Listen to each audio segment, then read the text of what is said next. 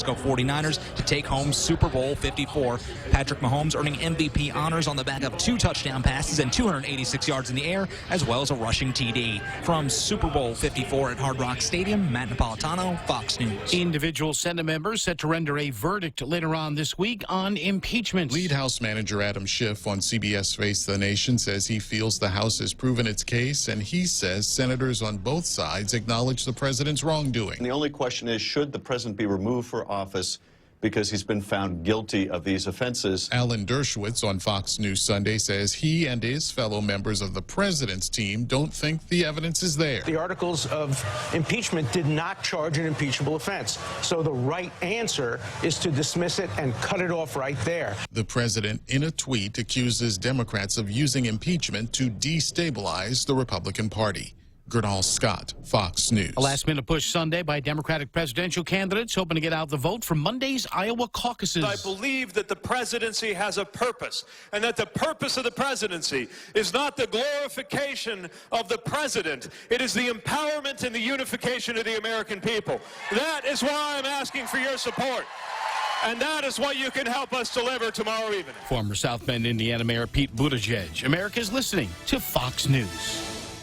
What does love mean to you? Is it passion, romance, or the feeling you get when making someone happy? Is it loyalty and commitment, or being completely vulnerable? Is love the feeling they sing about in songs or make movies about? Or is it just being with that one person who makes you feel safe? This Valentine's Day, celebrate the many ways to love with an exquisite 3-course dining experience perfectly crafted by Mezcla Bistro. From start to finish, you'll enjoy every bite and every moment with the person you love. Mezcla, a true taste of love. The University of Guam Endowment Foundation presents How to Say I Love You, Love Languages in the Pacific. Join us on February 13th at the Guam Museum from 6 to 9 p.m. and enjoy a night of live entertainment and cultural delicacies, all while exploring the many ways we celebrate love in the region. Tickets are $60 per person and include free-flowing drinks. Proceeds will benefit the liberal arts and fine arts programs. Visit give.uog.edu and click Shop to get your tickets today. Sponsored by the Guam Daily Post, Matson Navigation, and Choice Broadcasting. Some new rules in effect as the coronavirus continues to spread. Under these new restrictions, all U.S. citizens returning from Hubei province in China who were there within 14 days are now subject to an up to 14-day mandatory quarantine. All U.S. citizens returning from anywhere in mainland China who were there within 14 days will undergo proactive entry health screening at select airports and up to 14 days of monitored self-quarantine. And finally, here's the big one. All Chinese foreign nationals who have traveled to China within the last 14 days will be denied entry into the United States for the first time, except for those Chinese nationals who have immediate family here in the United States to U.S. citizens and permanent residents. Fox's Brian Yennes. Dozens more homes reported destroyed by ongoing wildfires in Australia, the latest damage taking place south of Canberra. Sometimes bad can be good at the movies. The Sony Pictures film Bad Boys of Life, starring Will Smith and Martin Lawrence, brought in $17.6 million to claim the #1 spot for the 3rd straight week. We're not just black, we're cops too. We'll pull ourselves over later. The #2 movie was 1917. After Doolittle placed 3rd, the reimagined ancient fairy tale and newcomer Gretel and Hansel opened at #4 with $6.1 million. There's something wrong here, but it's so pleasant. Where are all the animals? And where does she draw milk? Coming in at #5, The Gentleman. The rhythm section, an action drama starring Blake Lively, pulled in $2.8 million. Debbie Hanley, Fox News. And the Korean-American family drama Minari winning both the U.S. Dramatic Grand Jury Prize and the Dramatic Audience Award at the Sundance Film Festival. Those awards handed out this weekend for the immigrant drama that's set in 1980s Arkansas. I'm Paul Stevens, and this is Fox News. Family Finance has been serving the people of Guam since 1959, and they'll continue to be there for you in the years to come. Whether you're looking to get a personal loan for that summer vacation or paying off those long overdue bills, Family Finance has got you covered. Apply for a personal loan from $1,000 up to $3,600 by calling Family Finance in Agutya at 475-4545, Upper Tumon at 647-5626, or in Dededo 633-4473.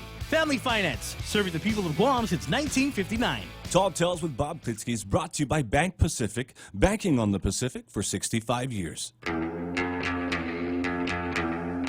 Welcome to Tall Tales with Bob Klitzkie, the only show on talk radio where common sense is a lot more common. Phone lines are now open at 888-TALK. That's 888-8255. And now, The Point proudly brings you Tall Tales with Senator Bob Klitzkie. A well-regulated militia being necessary to the security of a free state, the right of the people to keep and bear arms shall not be infringed. Thus, the program starts every day. The Second Amendment, as are all the other amendments in the Bill of Rights, are very important on this program. So if you are a constitutional Republican, with a small r, if you believe in a constitutional republic, you come to the right place. If you are a Republican with a capital R, you're probably still in the right place. If you are a conservative with a capital C, you're probably in the right place. And if you're none of those things, for sure you're in the right place, because we will help you, I will help you see the light and get your political thinking straightened out. We start out the program every day with a feature called Zemi Ikotny.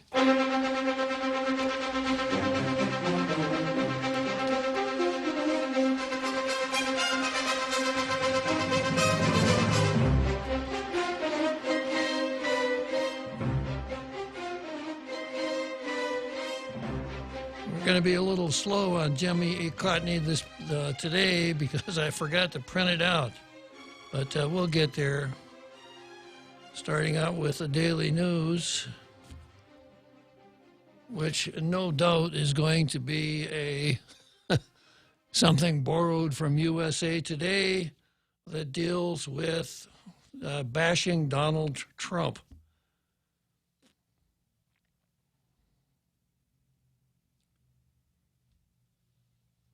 Well, it's not.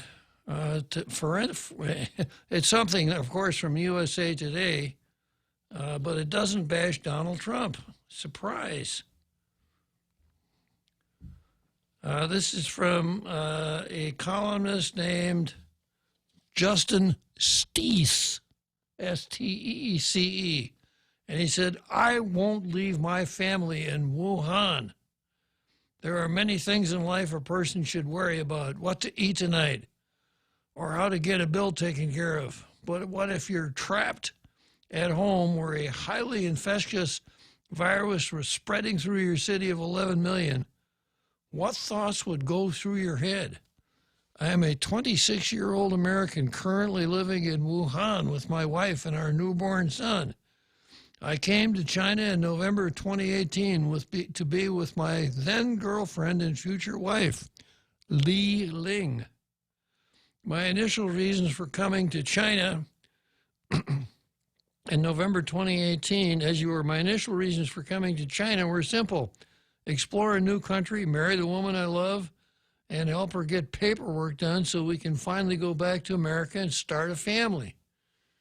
All right, so that's what today's column in the Daily News is about.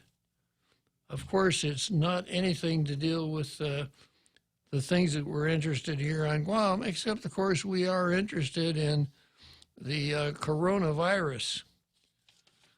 But I'm going to leave that for your own perusing later on if you're interested in why Mr. Steece won't leave Wuhan. I recommend you to the Daily News. And then we go to the Post in just a second here. I did forget to print both these up this morning, so it's going to take a little bit longer than normal.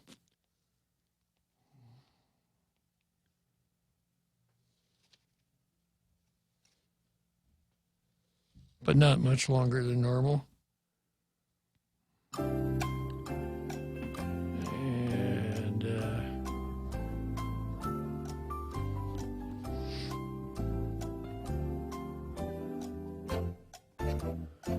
while I'm waiting here, I've got a poster who says,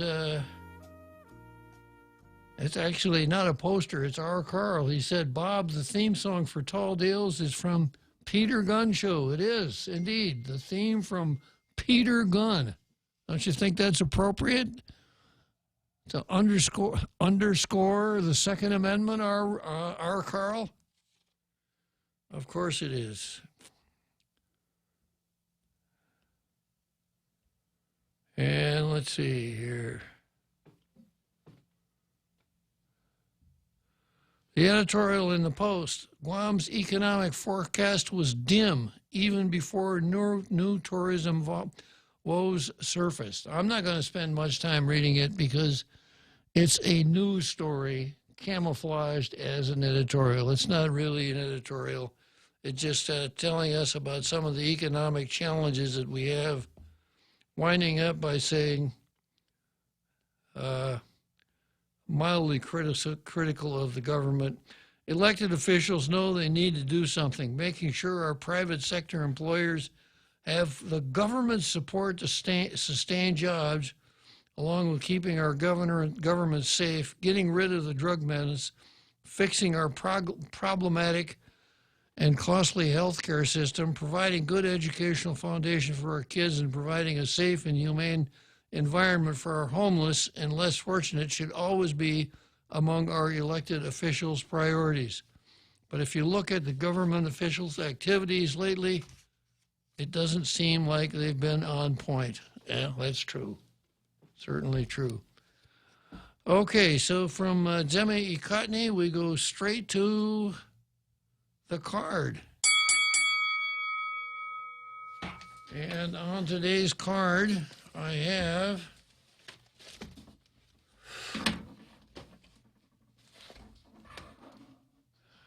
separatists versus the military. I have Laura Sauder versus war survivors. I have Chamorros versus the Animal Welfare Association. I've got Vince Akimoto versus coronavirus. Robert Underwood versus Michael San Nicolas, Guam Visitors Bureau versus Talina, and then going down a ways, I've got Chief Ignacio versus Public Safety, Tall Tales versus the Hell No Group, and Robert Underwood versus U.S., with Marsh and Punzalan, the Pope versus Trump, and Antonio Goramci versus Y'all. So some of those items have been on the card for a long time, but we'll get there sooner or later.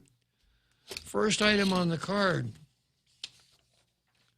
separatists versus the military.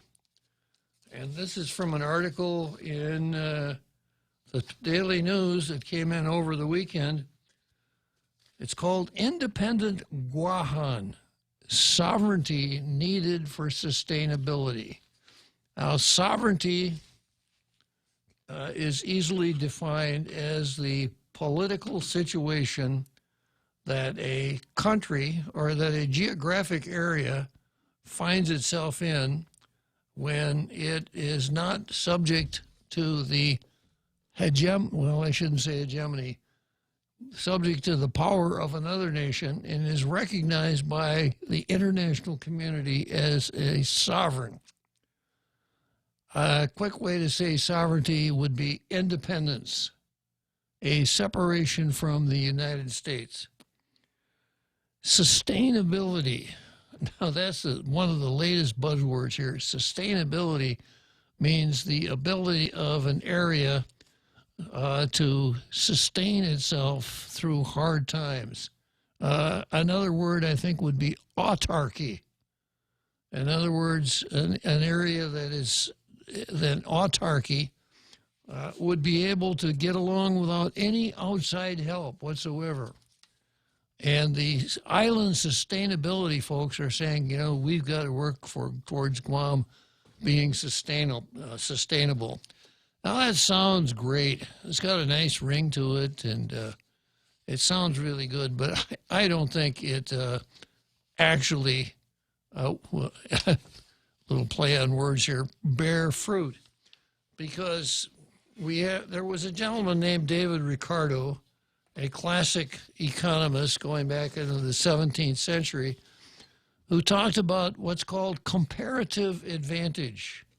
And that is that areas tend to engage in those activities, economic activities, where they have a natural advantage, so that the cost for goods from the outside is met or exceeded by the income generated within the boundaries of that area. And I always use examples like this.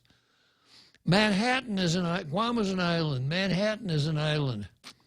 On Guam, you could raise coconuts. In fact, before the war, there were copra plantations here. Atkins Kroll.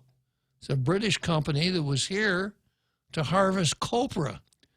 Before the era of easily accessible petroleum, coconut oil was treasured, and that's where copra came in.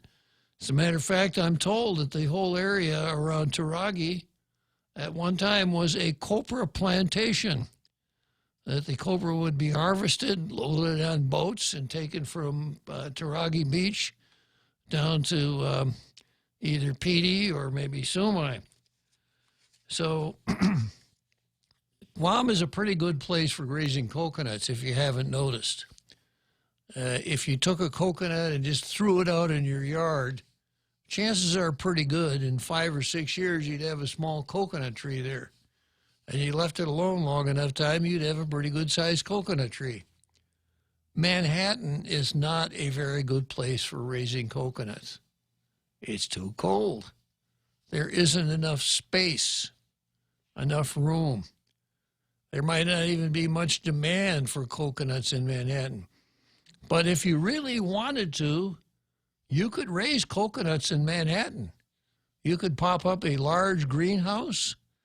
You could bring the coconuts in from somewhere else, even Guam, plant those coconuts, fertilize them, water them, etc., and you could have your own little coconut plantation right there on Manhattan.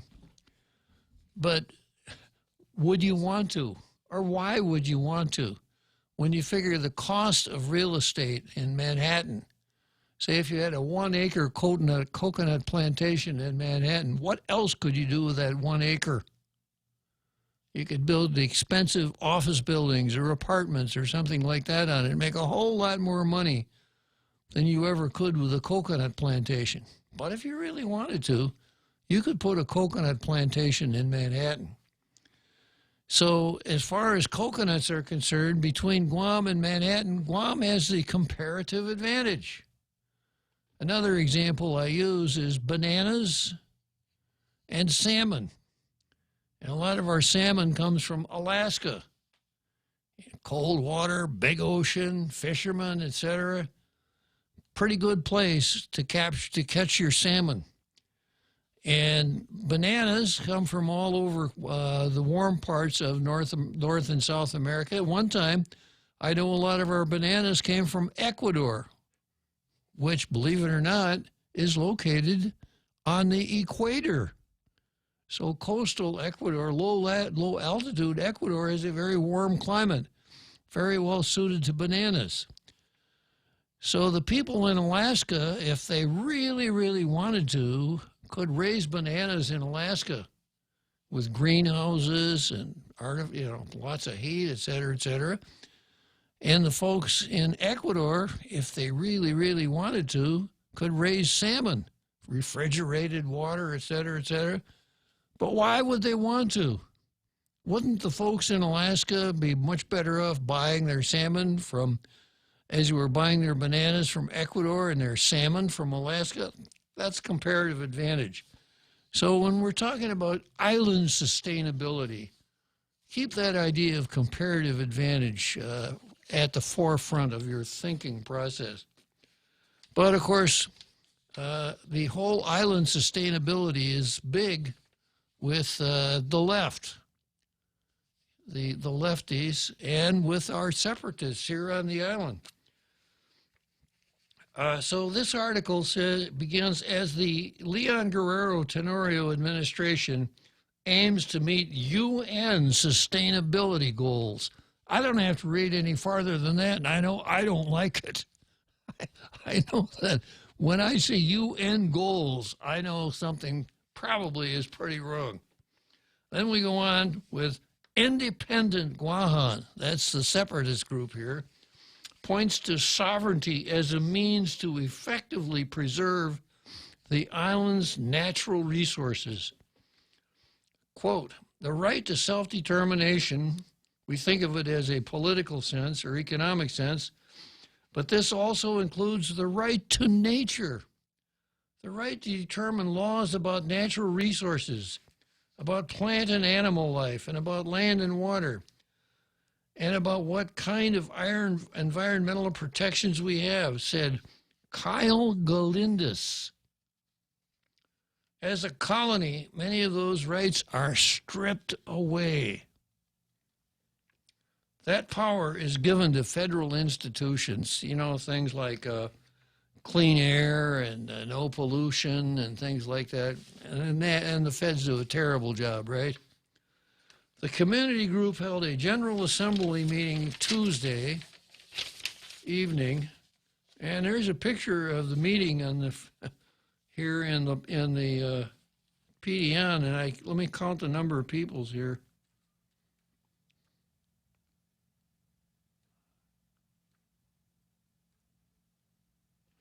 I count 10 people in the picture. Wasn't exactly as big a crowd as one would have expected for what for the coverage this article gave it. The loss of sovereignty, as you were, the community group held a General Assembly meeting Thursday evening where Galindis, a PhD student at the University of California, Santa Cruz, discussed research on the island's environment. The loss of sovereignty also means the loss of a basic right to have a say over what happens to the natural world around you. Earlier Thursday, the Guam Green Growth Working Group held its first workshop.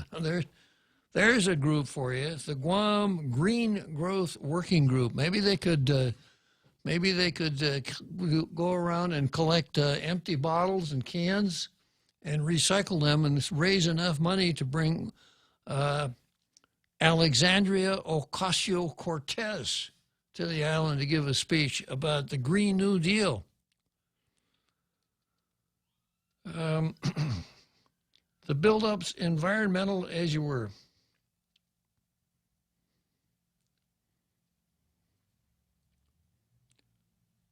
Oh, I'm sorry. Here it is. Earlier Thursday, the Guam Green Growth Working Group held its first workshop.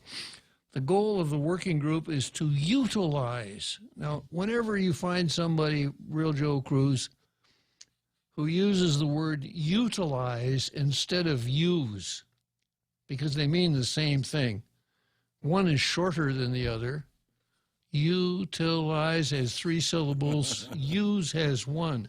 Yeah. But which of the two sounds more educated, Real Joe Cruz? Utilize. Of course. So if you want to put on be pretentious, whenever you're writing utilize instead of use.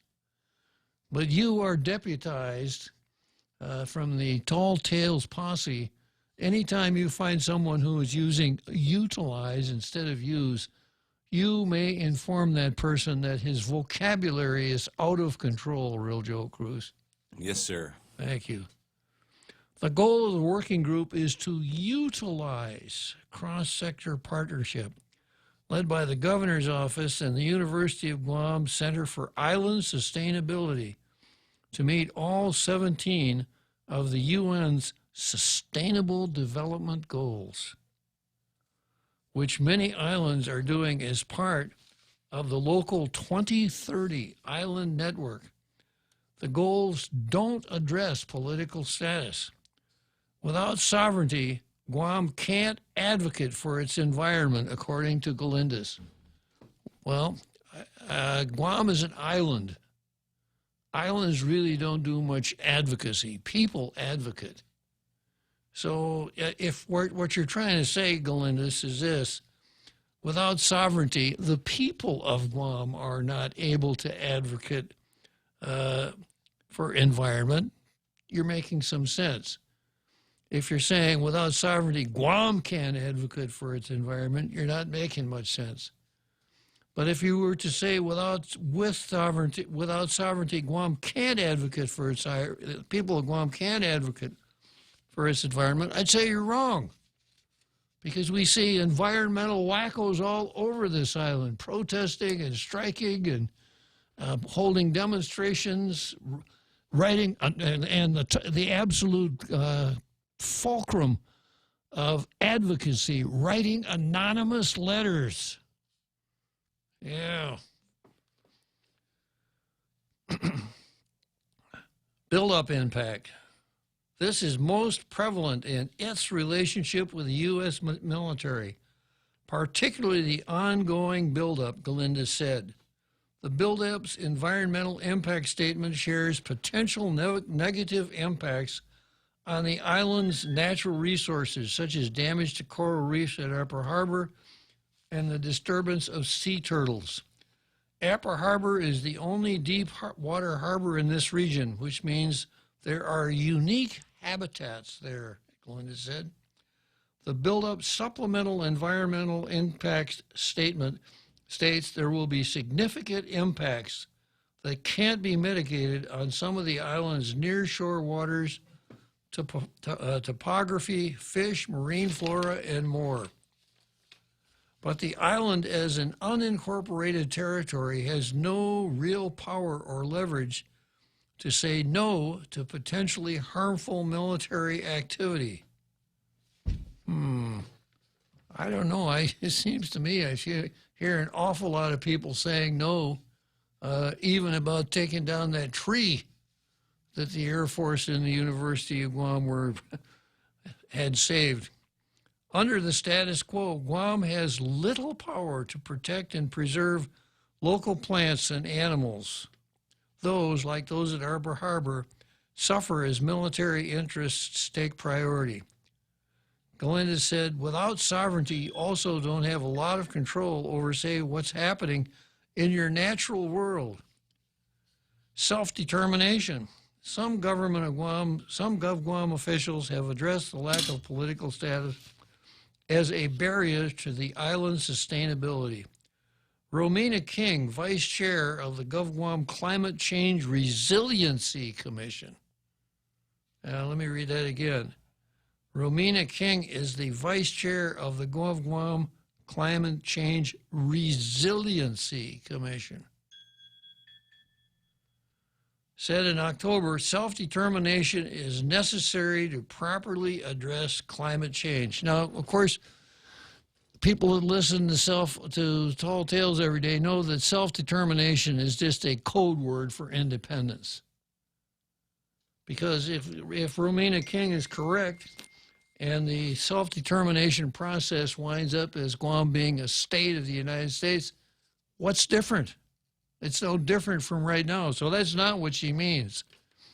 Obviously, what she's saying when she says self-determination, she means an independent Guam. One of those first steps is self-determination. Guam needs control of their. No, that's a new one. Guam needs control of their own resources. I thought it would be permissible to say Guam needs control of its own resources, but I guess not. Guam needs control of their own resources. Now, I wonder which single person Romina is talking about when she's using their. We don't under eminent domain. We're a colony, and that's part of the dialogue, King said. We have taken into account the geopolitical context of Guam. We have to in order to have success. So it's more of the same old stuff. The separatist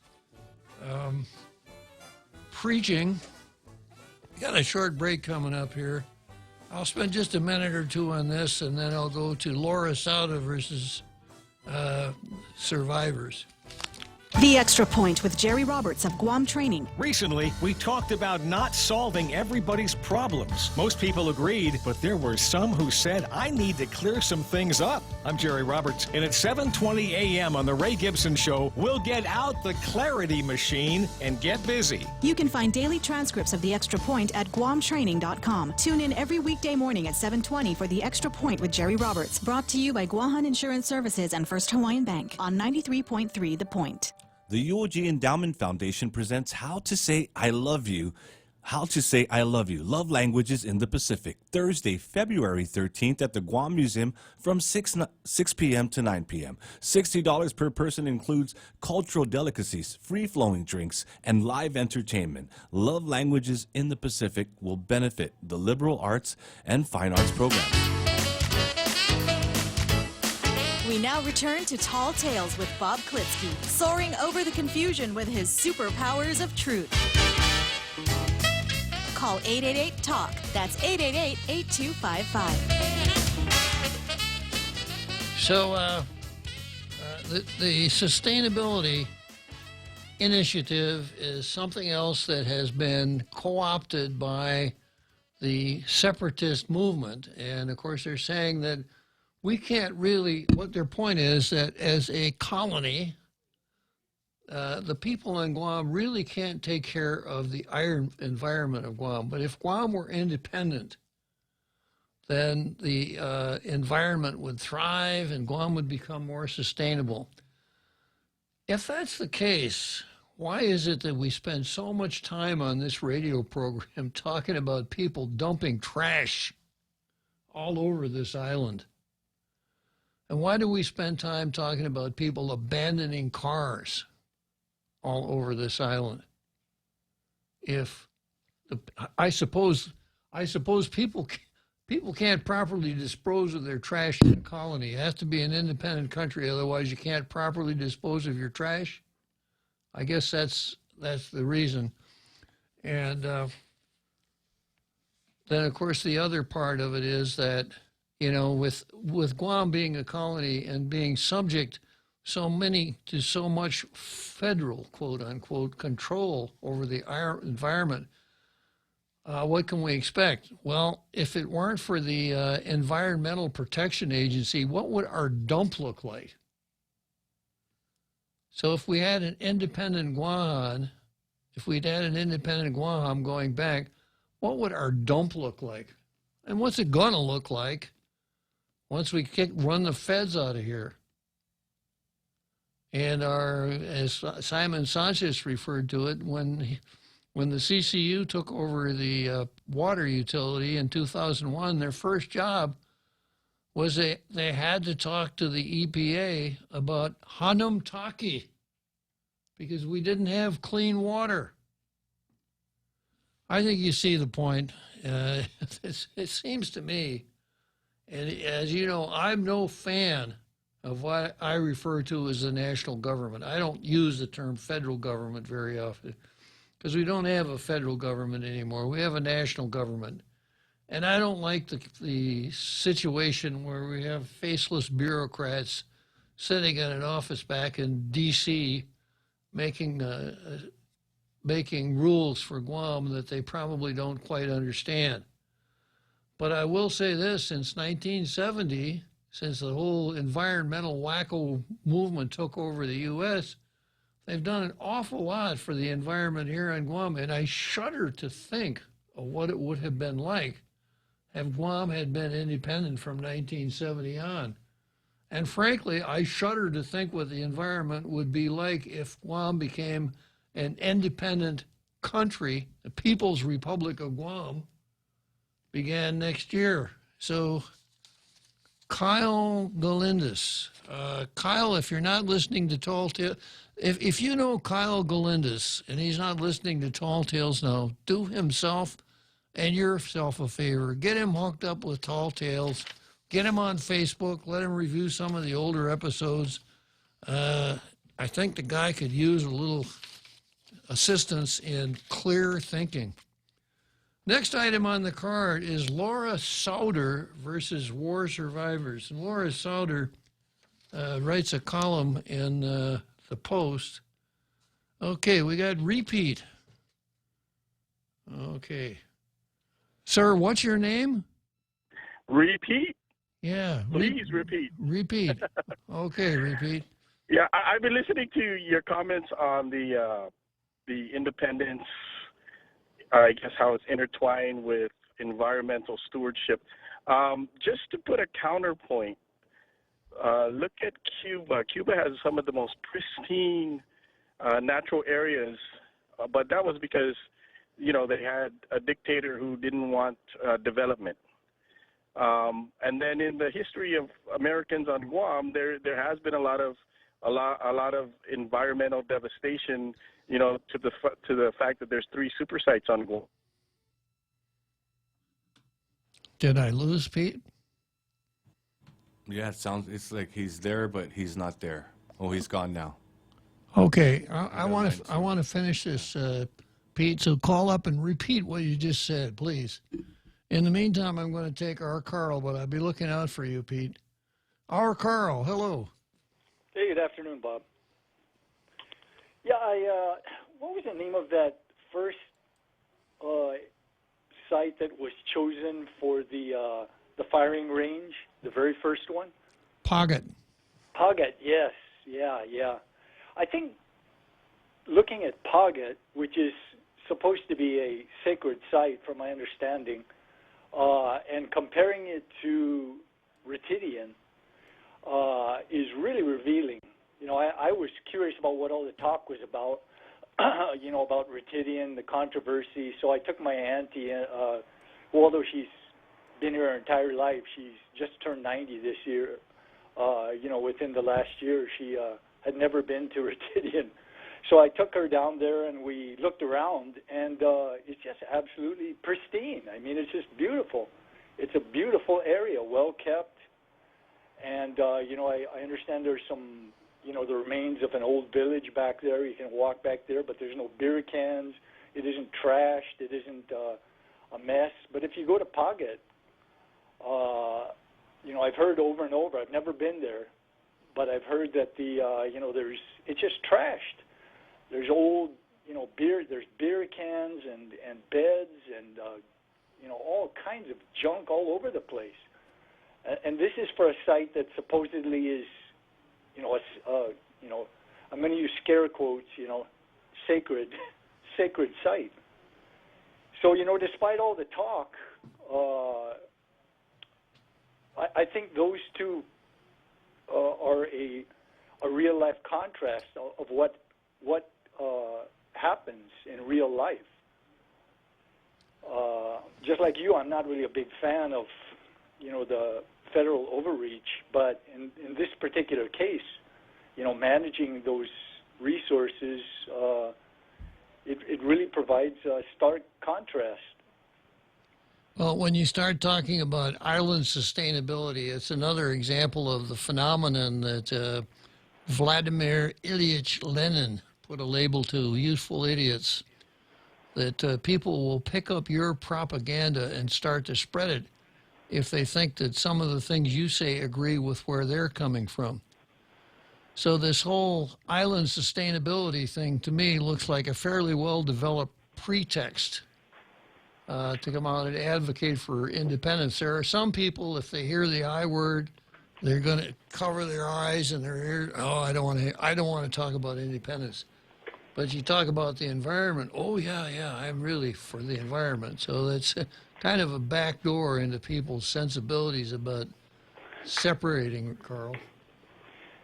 Yeah, there's, you know, in colleges these days, because of the spread of, you know, this leftist philosophy, you know, the offshoots of Marxism, there's a very popular, I don't know if you'd call it a strategy or an ideology, called critical theory. And the whole purpose of it is to tear down or deconstruct a society, usually a Western society, or always a Western society. That's right, yeah. Just tear it down and criticize it every which possible way you can. Just circle around it and criticize, you know, environment, you know, and the economy, every single aspect of you can, with the idea of changing people's perceptions over time, that, hey, well, yeah, we really do have it bad. And this is exactly what happened in Venezuela. It had the highest wages in South America, and it was raining money in Venezuela. They had corruption because, you have government and big money, so there was problems. But, the Marxist Hugo Chavez entered that mix, and he started criticizing everything. We're living in hell here. It's horrible. This is awful. But if you bring me into power, me and my people, my cronies, we're going to make it utopia. It's going to be wonderful. And so we're seeing the use of the application of critical theory today on Guam and across the United States. I mean, it's being applied all over Western countries. So anyway, I just wanted to bring that up, contrast the two, Pagat versus Ritidian, which is, Ritidian is under federal management, and it's a beautiful spot. It's well managed. They don't allow, hundreds of people to come tramping through to go to the old village, with the laddie stones, Very well managed. You have to sign up in advance, to be able to go there, and they only allow so many people at a time. So anyway, just a few thoughts I thought I'd toss into the mix there. Thank you for allowing me to say my 2 bits. Always a pleasure, Carl. I wonder what happened to the twins, Pete and Repeat. Yeah, I'm not sure. Yeah. Okay. Well, we'll just keep our eyes open for them. Okay. So I'm going to go on for the Laura Sauter versus war survivors. The quest for just reparation continues. This is an article in the Post, or as you were, it's Laura Sauter's column in the Post. Beheadings, mass killings in caves, imprisonment in concentration camps, being hung upside down, rape, the loss and destruction of property, starvation, the desecration of our mother church and Haggadah, and other such atrocities are all part of the Chamorro experience during the Japanese occupation. Of course. Grateful for being rescued, most Chamorro survivors accepted that the bombing of our capital and the subsequent land takings by the U.S. military were a necessary price to pay for liberation from imperial forces. Now, you can already see where this column is going. This week, long lines of war survivors, some in wheelchairs and barely able to speak, are finally able to process their claims and receive war reparations for the suffering they endured. Military occupation, camp internment. No, it's not camp internment. The difference between interment and internment is quite significant. If something is interred, it means it's buried. If something is interned, it means it's segregated from the rest of the people and put into a particular enclosure. So this is what she says, camp interment. And forced labor during World War II, and a war not of their making. This marks the culmination of decades-long efforts championed by Guam's political leaders, among them those who have passed away. As a young graduate student, I recall the rallying cry of such stalwarts as the late Cecilia Bamba, who made it her life's passion to advocate for just reparation. Her own father was beheaded during the occupation. She would certainly be pleased with what these awards represent, but the quest is by no means over. The stories of survival have been documented in the commemorative volumes Real Faces and Faces of Survival. The actual voices of survivors as they tell their stories are most eloquently captured in Arlene Steffi's film titled The Historic Concept, Menenguin, March, and Concentration Camp Survivor Accounts. These men and women who survived the war as children are now wrinkled with wisdom and age. Well, I don't know about that. I know one lady who's not wrinkled with... She's pretty wise, but I don't know. I don't know about the wrinkled part. Amazingly, their recollections are still crystal clear. They witnessed hardship that can never erase from memory. Their trauma of watching loved ones die or suffer the most undignified abuses to the human spirit, the beatings, being scorned, accused, and punished for pro-American sentiments, is contrasted by memories of the glowing closeness of family members and neighbors who depended on each other for safety. The friendships forged during the war endure to this day. Stories of ingenuity and innovation when creating shelters and providing for a meal out of nature's scraps brings tears of laughter to those who remember. Quote, "You'll never understand what it was like," is a frequent refrain I would hear from my nana, aunts, uncles, and my mom, who would always finish telling a war story with, "Thank God you kids didn't have to go through this suffering."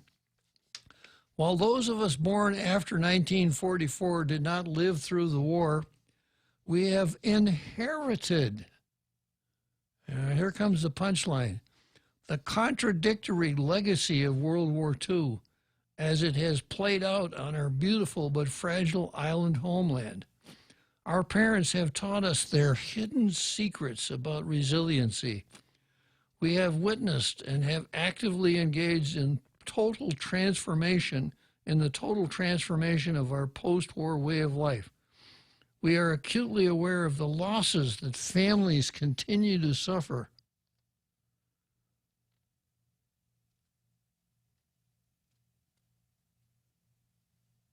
We are acutely, as we continue to mourn, it is our sacred responsibility to make sense of the contradictions that our parents and grandparents have been somewhat reluctant to confront.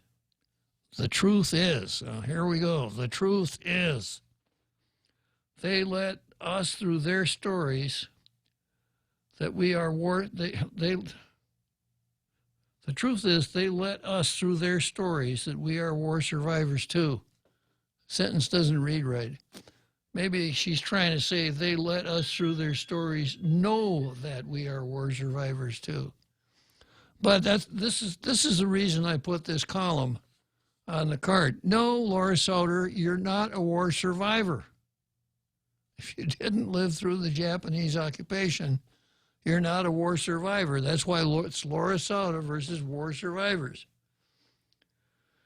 And then the column goes on, for the dramatic effects of World War II continue to challenge us in our efforts to exercise our right to self-determination as a people. So because Laura Sauter, who was born after 1944, is a war survivor, according to her own definition, she has to get engaged in the separatist movement. That's the putting words in her mouth, but that's basically what she's saying. She says, I believe that my advocacy for indigenous rights, and here comes the key, for indigenous rights and social justice have their roots in the treasure trove of courage and faith that is such an integral part of the stories of survival. Well, here's the teachable moment. If you want to be a social justice warrior, fine, be a social justice warrior. If you have reasons that you want to be a social justice warrior, fine, lay them out. If you want to be an advocate for indigenous rights, fine, be an advocate for indigenous rights. If you have a reason for that, fine, tell us. But don't try to capitalize on the suffering of people who went through the World War II experience, which you didn't. In other words, this is phony, Laura Sauter. This is phoniness. All right. So we'll put that in the phoniness category. And we're getting up close to that big halftime show, Real Joe Cruz. Wow, nice smile. So perfect and all. Thanks. I owe it all to Dr. Robert Yang and his smile team. They do wonders for a healthy, happy mouth. Got teeth? Don't wait until they hurt. Schedule your routine checkup and cleaning with Dr. Yang and his smile team. Suite 119 in the East West Business Center, Upper Tumon. Call 647-8702 or 3. The best thing that happened to teeth since toothpaste. Dr. Yang and his smile team. They make smiles happen. Half a day, I'm Governor Lou Leon Guerrero. And I'm Lieutenant Governor Joshua Tenorio. If you survived the Japanese occupation during World War II, filed a claim under the World War II Loyalty Recognition Act, and received a letter from the Foreign Claims Settlement Commission saying you are entitled to receive monetary compensation, then you may have an adjudicated claim. Bring your claim letter and a valid government ID to our Guam War Claims Processing Center at the old Hakubotan building in Tamuning, Mondays to Fridays from 9 a.m. to 4 p.m., and we will help you process your claim. If you have any questions or would like to know more, call us at 472-8931 or visit our website at warclaims.guam.gov. Getting to this point wasn't easy, and our work isn't over. But we are now beginning to heal old wounds and honor our greatest generation. And we say to those still alive to hear it, your long wait is over. Tall Tales with Bob Klitzkie is brought to you by Bank Pacific, banking on the Pacific for 65 years.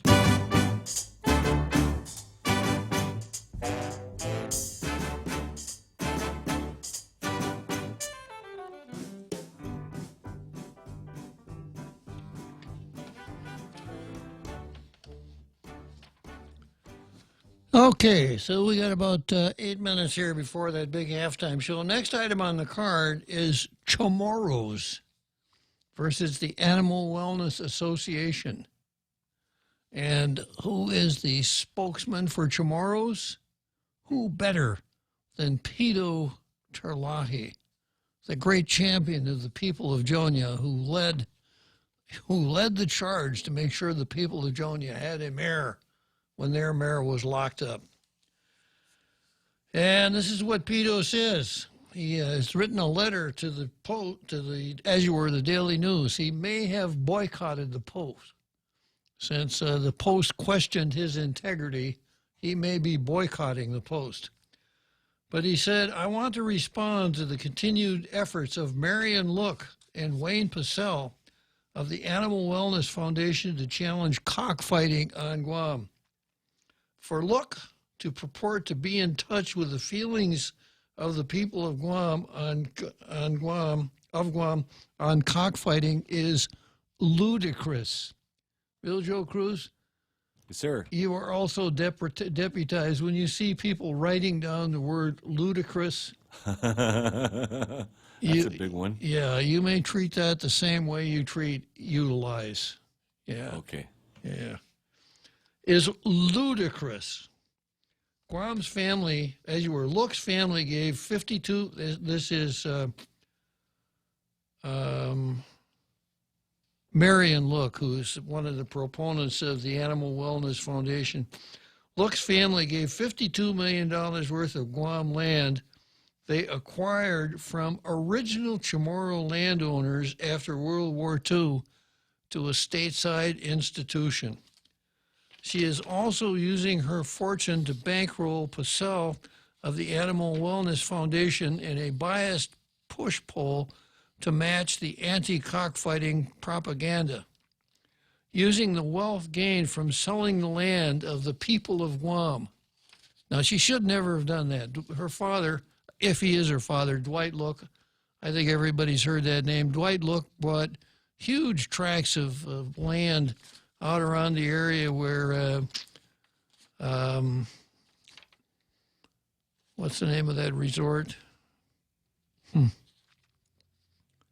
Menangan Hills is located at a time when you could buy it for an extremely low price. And, there's a little perspective here. There was a time 50-some years ago, if your land wasn't on what we called Marine Drive back in those days, or in key parts of Tamuning, it wasn't worth that much. And the dream of an awful lot of people was to sell their land on Guam and move to Long Beach, because the land on Guam didn't have that high a value. Now, I'm sure we could figure out some way to blame that on Uncle Sam, but anyhow, that's the way it was. So Look's father bought this land from Chamorro people. He should have bought it from somebody else, I guess. Using the wealth gained from selling the land of the people of Guam in order to oppress the culture and heritage of the people of Guam is especially disrespectful. And then Pito says, Tai Mamatlo. So Look is guilty of two things: being the daughter of someone who made a lot of money by buying and selling land on Guam, and two, oppressing the culture of the people of Guam.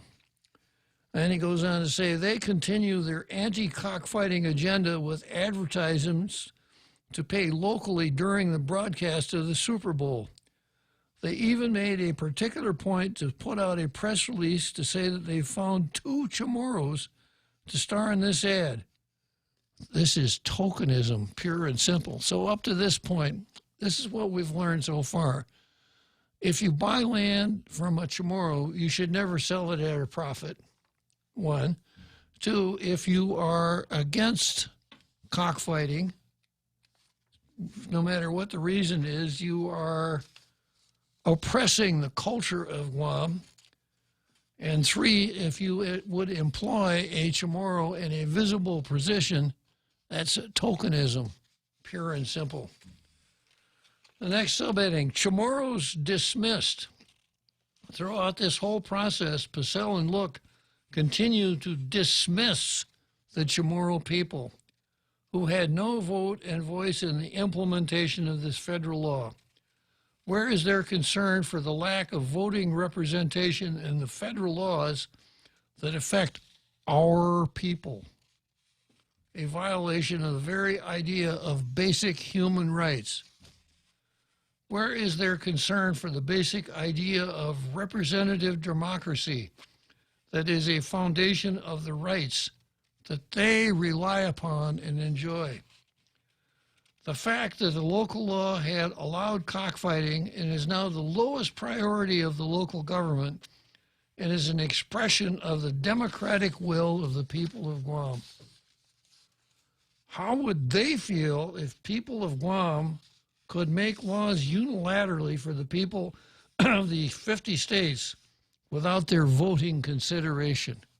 That's a great argument. If they would not stand for that, then why should we stand for this? Tautomano, how, Marion Look? In other words, where are you from, Marion Look? I heard you are from Texas. Tauto, Texas, how? I know Texans are proud to say, don't mess with Texas. And then back to Chamorro, Tauto, Guam, too. The people of Guam have no less pride for their homeland and heritage than any resident of Texas. So I say to you, don't mess with Guam. I don't know, Pito.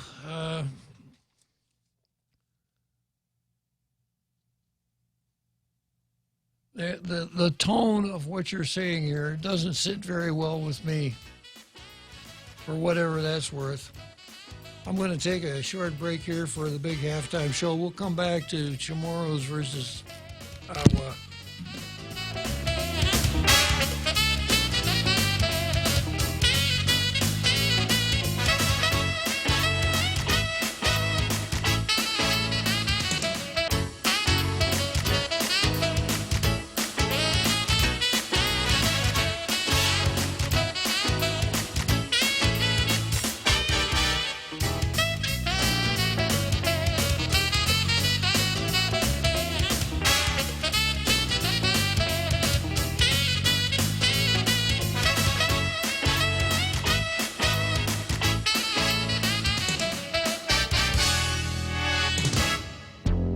The Point is KUSG, Hagåtña, Guam, 93.3 FM and 104.3 HD3.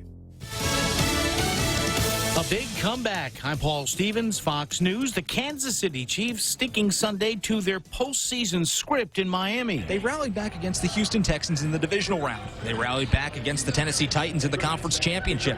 And now they rallied back against the San Francisco 49ers to become Super Bowl champions. The Chiefs with a 31-20 win over the Niners to win Super Bowl 54, snapping a 5-decade-long championship drought, and also becoming just the third team in history to rally back from down 10 points in the Super Bowl in the fourth quarter for the win. Patrick Mahomes with 2 touchdown passes in that rally, including the go-ahead to Damian Williams. He would earn Super Bowl MVP as a result to go along with an earlier rushing touchdown from Super Bowl 54 in Hard Rock Stadium. Matt Napolitano, Fox News. Some tough words tossed around between President Trump and former New York City Mayor Mike Bloomberg. The president appearing on Fox's Super Bowl pregame interview. I just think of little. You know, now he wants a box for the debates to stand on. Okay, it's okay. There's nothing wrong. You could be short. Why should he get a box to stand on, okay? Michael Bloomberg later on at a campaign stop in Los Angeles. All of a sudden, the other candidates get scared, and I think Donald Trump knows that I can beat him. And that's why he comes back with those kinds of comments. The former New York City mayor currently fourth in the latest Fox News poll at 10% among Democrats. On Monday, the Iowa Democratic caucuses, the first contest for the 2020 Democratic White House race. Former VP Joe Biden citing a book reference accusing President Trump of insulting American generals. When have you ever heard of a president looking at our military leaders and saying to their face, a man who's done nothing relative to the military, you're a bunch of losers. Mr. Biden campaigning in Dubuque, Iowa. There are now 11 confirmed cases of the coronavirus in the U.S. The latest cases, a couple in California, both 57. The husband recently returned from China. America's listening to Fox News. What does love mean to you? Is it passion, romance, or the feeling you get when making someone happy? Is it loyalty and commitment, or being completely vulnerable? Is love the feeling they sing about in songs or make movies about? Or is it just being with that one person who makes you feel safe? This Valentine's Day, celebrate the many ways to love with an exquisite 3-course dining experience perfectly crafted by Mezcla Bistro. From start to finish, you'll enjoy every bite and every moment with the person you love. Mezcla, a true taste of love. The University of Guam Endowment Foundation presents How to Say I Love You, Love Languages in the Pacific. Join us on February 13th at the Guam Museum from 6 to 9 p.m. and enjoy a night of live entertainment and cultural delicacies, all while exploring the many ways we celebrate love in the region. Tickets are $60 per person and include free-flowing drinks. Proceeds will benefit the liberal arts and fine arts programs. Visit give.uog.edu and click Shop to get your tickets today. Sponsored by the Guam Daily Post, Matson Navigation, and Choice Broadcasting. A man who strapped on a fake bomb and stabbed 2 people on a London street before being shot to death by cops on Sunday was recently let out of prison where he was serving time for terrorism offenses. The attacker ID'd as 20-year-old Sudesh Aman. One of the stabbing victims, thought to be in life-threatening condition, has improved. A Senate impeachment trial vote likely this Wednesday on whether or not to remove President Trump from office. The president's re-election campaign saying that impeachment is bringing in cash. We send out emails and we ask for people to fundraise off different items and other things. We'll say, look what they're doing today, the radical Democrats with impeachment, and all of a sudden wallets open up. We can see that. So right now, the number one thing that's driving back into fundraising is emails, text messages, communications about the impeachment. Trump 2020 campaign manager Brad Parscale on Fox's Justice with Judge Janine. U.S. officials saying an airstrike in January killed Yemen's al-Qaeda leader. This particular airstrike targeting Qasem al-Rimi came after several months of tracking the elusive terrorist who the State Department had a $10 million bounty for. Al-Rimi trained in Afghanistan in the 90s and returned to Yemen, where he was sentenced to 5 years in prison for planning to assassinate the U.S. ambassador. But he escaped a year later and quickly rose through al-Qaeda's ranks, helping to plan some of its most high-profile attacks on the West, including a 2008 attack on the U.S. Embassy in Yemen and the so-called underwear bomber who tried to take down a Detroit-bound flight on Christmas Day in 2009 with plastic explosives hidden in his underwear. Al-Qaeda's Yemen-based affiliate is considered its most dangerous, and al-Rimi has been described as a potential leader for al-Qaeda globally. Fox's Garrett Tenney. A Japanese warship with about 200 on board now heading to the Middle East to ensure the safety of that country's oil tankers in waters where tensions are running high currently between the U.S. and Iran. I'm Paul Stevens, and this is Fox News.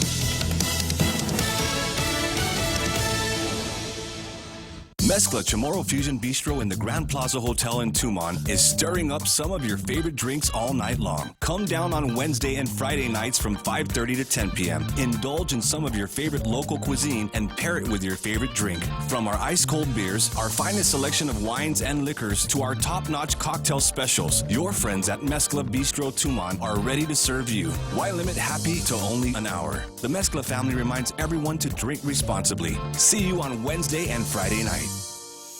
If you've ever struggled for breath, you know what a scary experience it is. Whether you have asthma, emphysema, COPD, lung cancer, or another respiratory illness, the right medical treatment makes all the difference. GRMC's Pulmonology Clinic has the latest technology and respiratory equipment, staffed by world-class pulmonologists.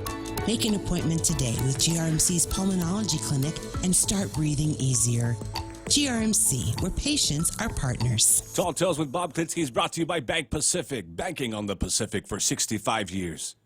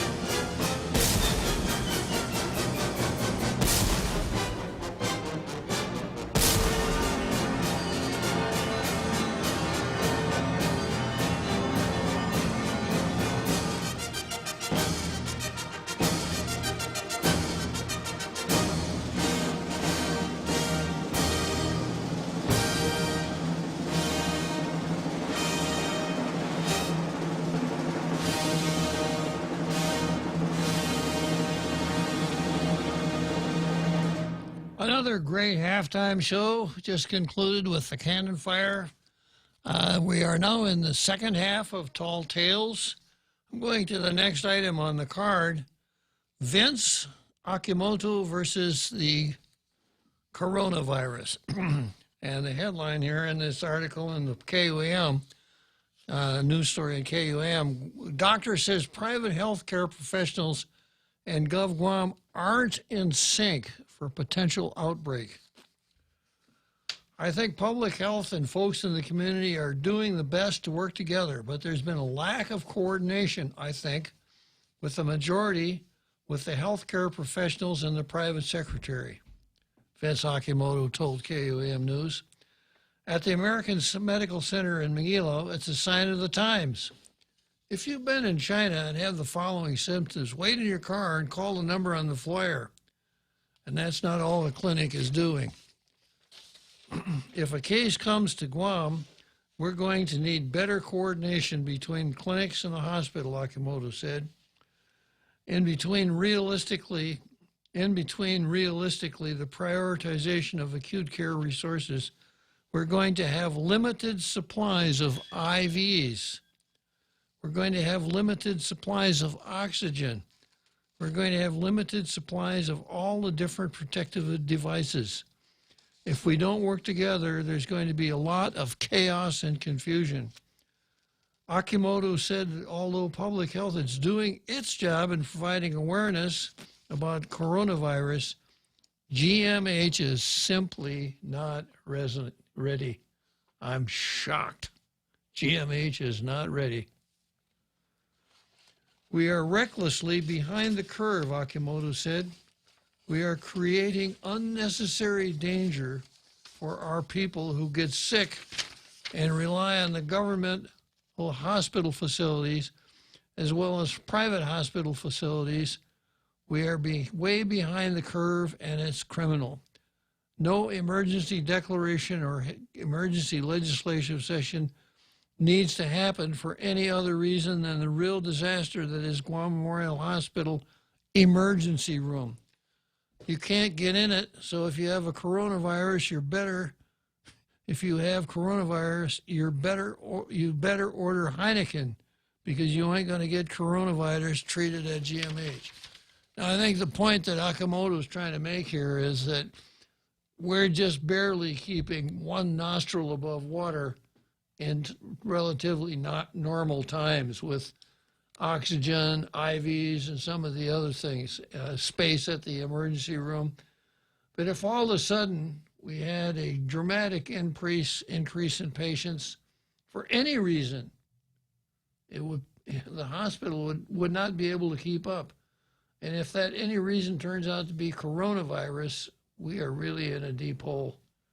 So once again, it's time for us to pull up our pants and do the right thing with Guam Memorial Hospital. I've advocated selling it, and I continue advocating its sale.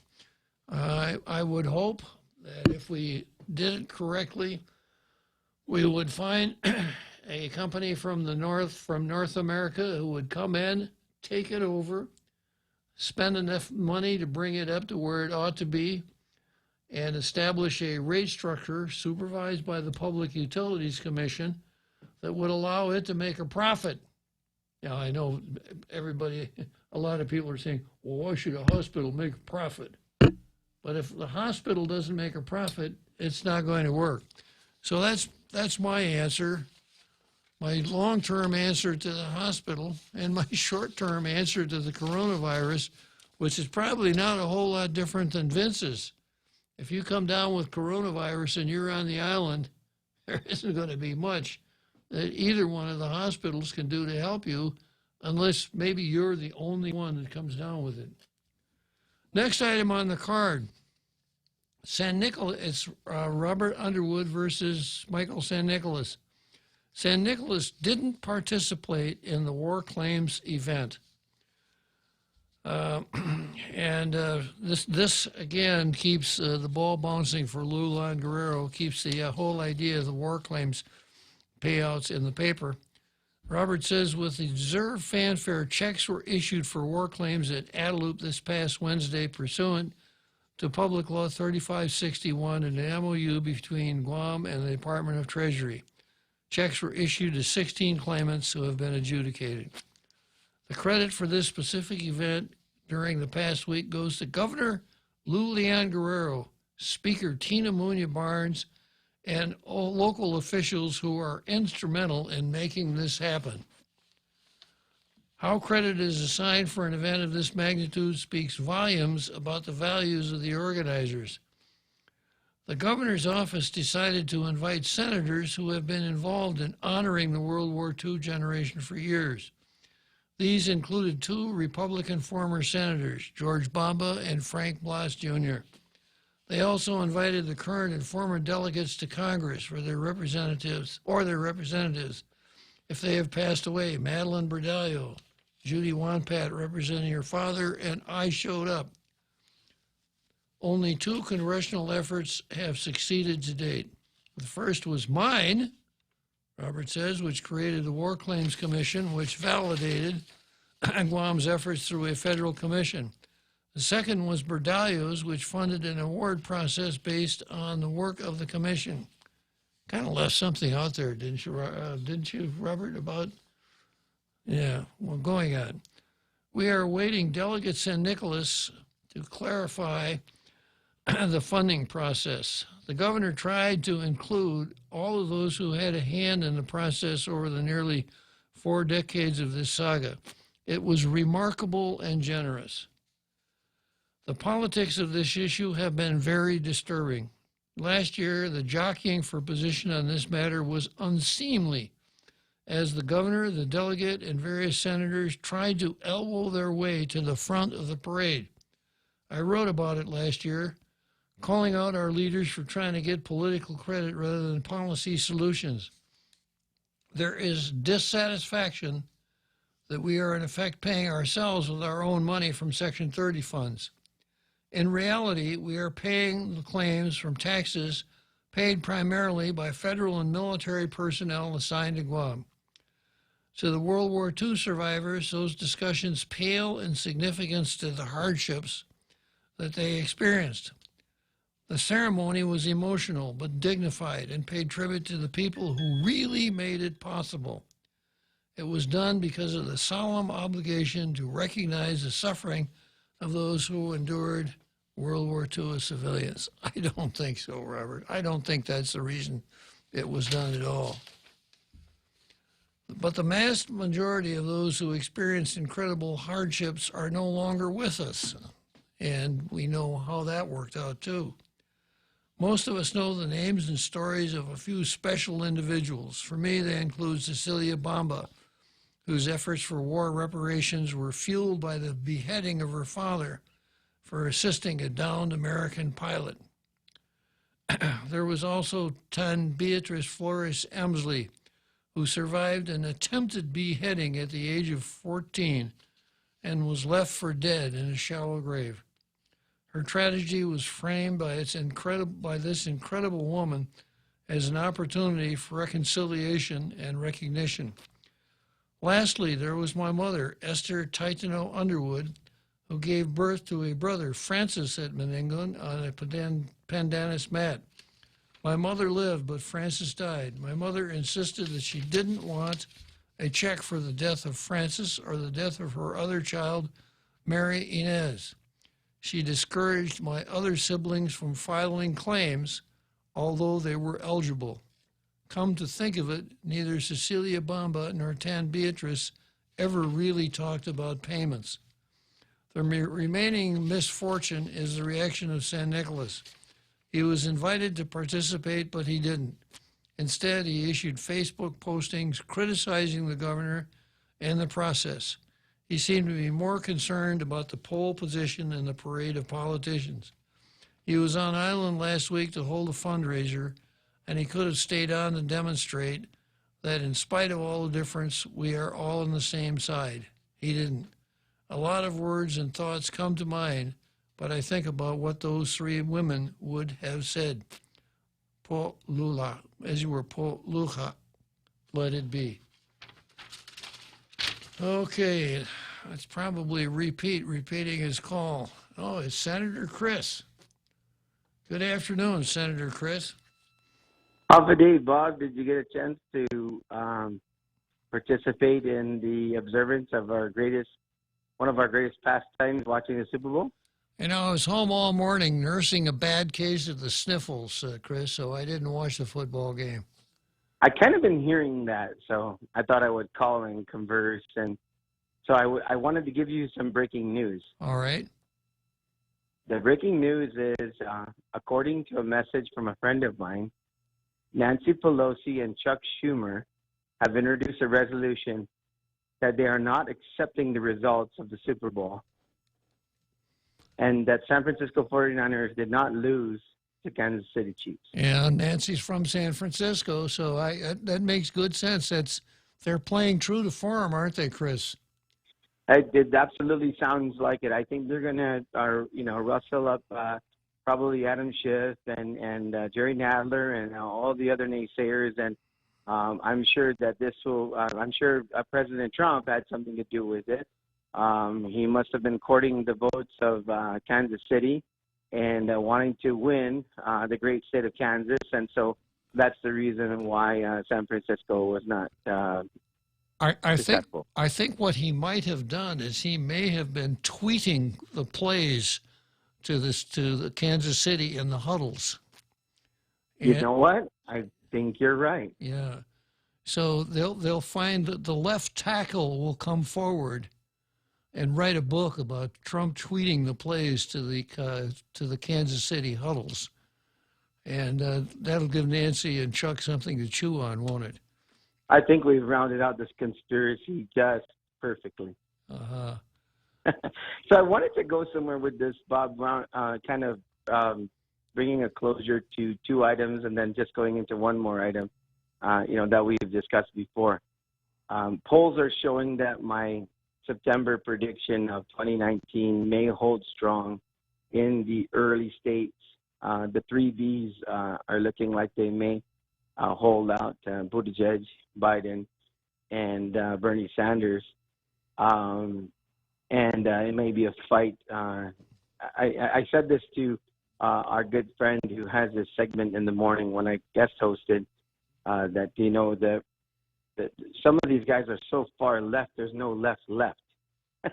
Good call. But it looks like that may be the situation. But you know, Barbara, I've been watching the pundits ever since the vote went down, which I thought was a great vote to basically close this down and go to a vote, which you and I have counted noses before. And if you have already a 51-49 for the situation of witnesses and continuing and a discontinuation of the charade, then more than likely there's equally 51. And I'm understanding that maybe even several Democrats that will come over and vote for acquittal, far below the expectation of Nancy and her crew to try to undo this election and try to stop the next undo the election of 2016 and stop the election of 2020. And basically, by that now bipartisan rejection should close this. Of course, it probably won't. But I wanted to make an observation on that. And that is, some pundits are saying that why did this happen to where they didn't just do the vote on early Saturday morning and get this thing done with, and the president has to do his State of the Union under this so-called cloud, which really shouldn't be a cloud anymore now that these votes have been rendered.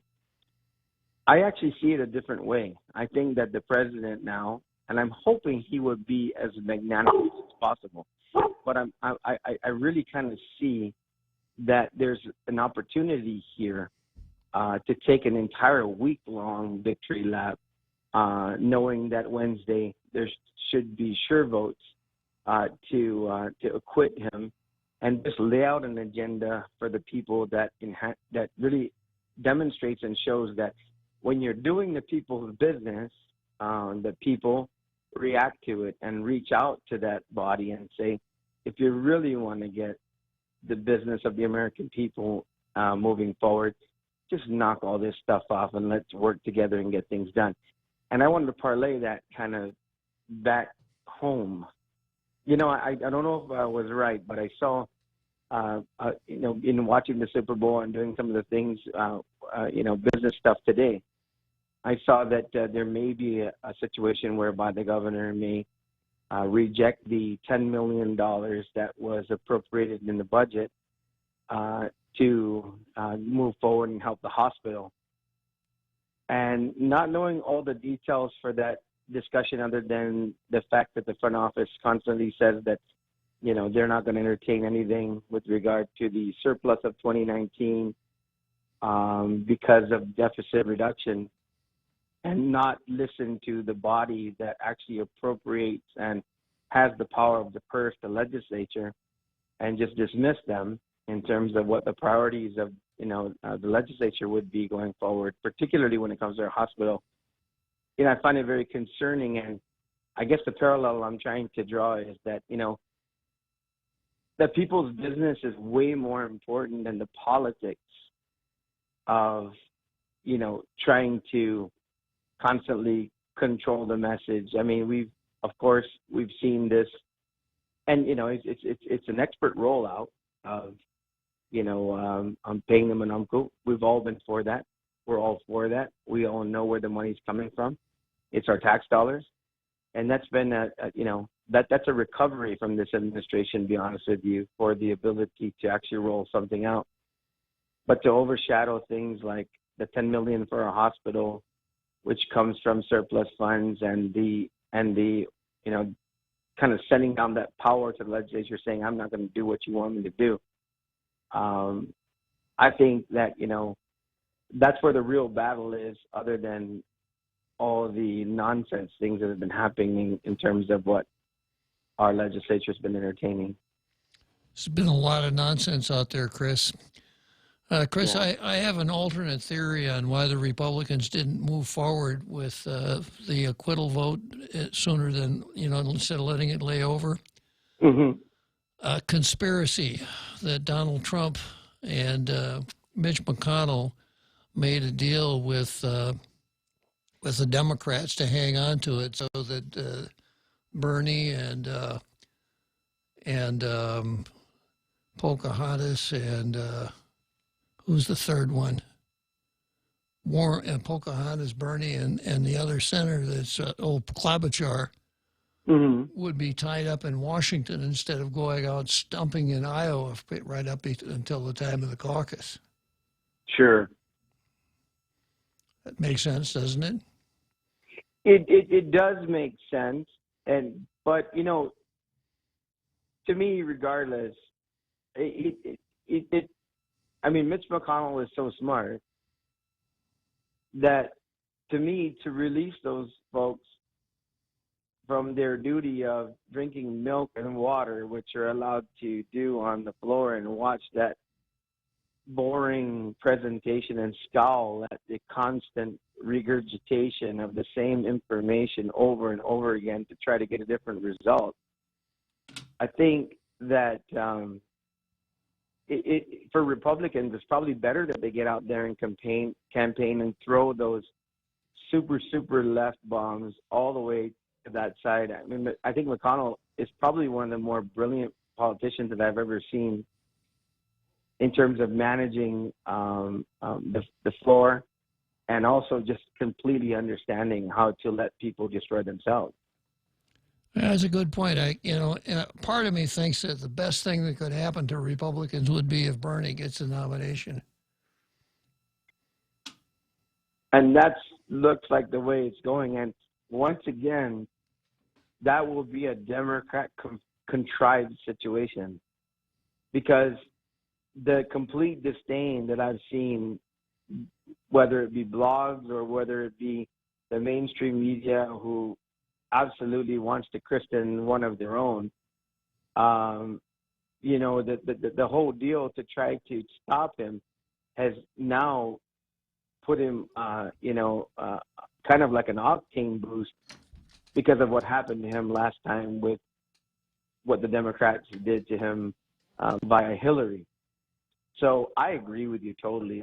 I'm rooting completely for President Trump to have to, face a general election with Bernie Sanders. Yep. And I'm rooting for a bunch of conservative Republicans who really, really want to talk about reining in government spending and completely turning around the proposals of what are being faced by our legislature and our administration, sending down to the legislature now with a $1.2 billion budget. I'm completely rooting for those individuals to rise up and have a landslide at the legislature. Me too, Chris. Where are we going to find them? Well, let's keep digging. Let's keep digging. Let's dig. I through the Super Bowl today, I watched a couple of commercials from Jim Moylan, a lot of public safety discussion, a relaunch of his campaign. Let's keep digging. All I'm saying is, if we talk about it enough, Bob, I think we can get it done. But, I want to close with this. What's interesting that I have found, and I've been quiet really about a lot of this, just folks who know me as having served before, wanting to know what I think, whatever else, whether it be the department store, paying bills, just doing my day-to-day business, going around and doing what I do.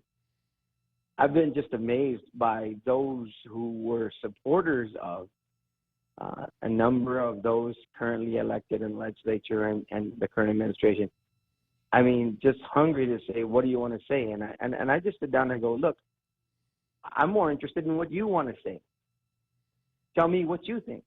Is it what you expected? Is it what you wanted? Is it everything that you thought it would be? And truth be told, 90%, almost 100% of the time, it's like, no, And so I don't know that answer yet, Bob, but what the answer I do know is that there's no question in my mind that there's extreme dissatisfaction out there.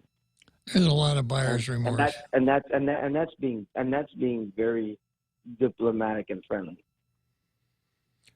Okay, Chris. Well, we'll keep talking about it. I'll certainly do my share right here on Tall Tales, talking about those fiscal conservatives coming out and running for office. Thanks for calling, Chris. Absolutely.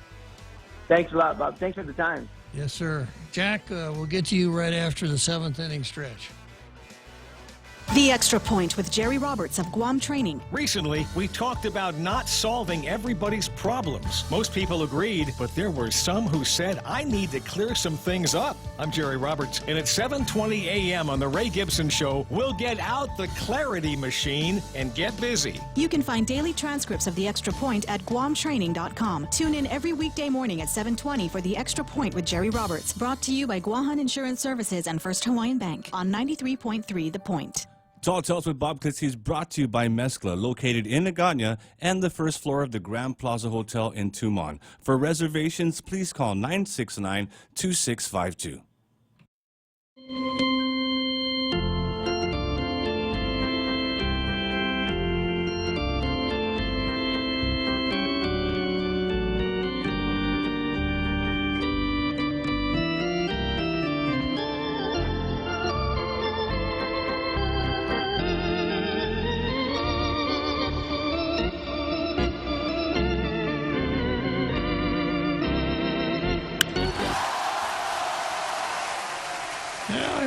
Center field bleachers, Wrigley Field, Chicago, and I've got Jack on the line, and holding on line 1 is the next of kin. Right, Real Joe Cruz? Yes, sir. Not Jack's next of kin. No, sir. Just the next of kin. Okay, Jack, good afternoon, Jack. Good afternoon there, Bob. Just listening to the tail end of Mr. quote, 5% GRT, unquote, Duenas there. And, well, take it with a grain of salt. But anyways, I called to wish you a happy Super Bowl Monday. Congratulations to my Chiefs, the AFC. Okay. But anyways, yeah, so I've been listening on the radio for a while, and of course, as usual, been listening to the PSA about war claims from our great leader there, Governor Leon Guerrero. Nothing about the coronavirus. I think we should rename it, though. I think to give it that local feel, we should call it the cochino virus. You got part of the Chinese name there, and part of it being a dirty virus, so we'll just call it the cochino virus here in Guam. Not to be confused with the Calacas virus of '03, which was the SARS virus. Okay. But I just wanted to say that... How about the Oplitha virus? That was right in there, too, wasn't it? Yeah, that too. But I think the cochino virus right now, we should name it. We should give it our local name. All right. And start printing out T-shirts, you know, I survived the cochino virus on Guam, 2019. How about this? I went on vacation to Guam, and all I got was this T-shirt. But, yeah, still, here it is. We're in the doom and gloom hour, and still no PSA from our governor. And I got a sneaky feeling that when she left her profession as a nurse, the only thing she grabbed was Planned Parenthood pamphlet circa 1906 or 1916 and her stethoscope. As she sure didn't grab the Good Housekeeping Nurse's Guide and the Guide to Preventing Infections. So, you know, it's just a toss-up. I agree with Dr. Vince there.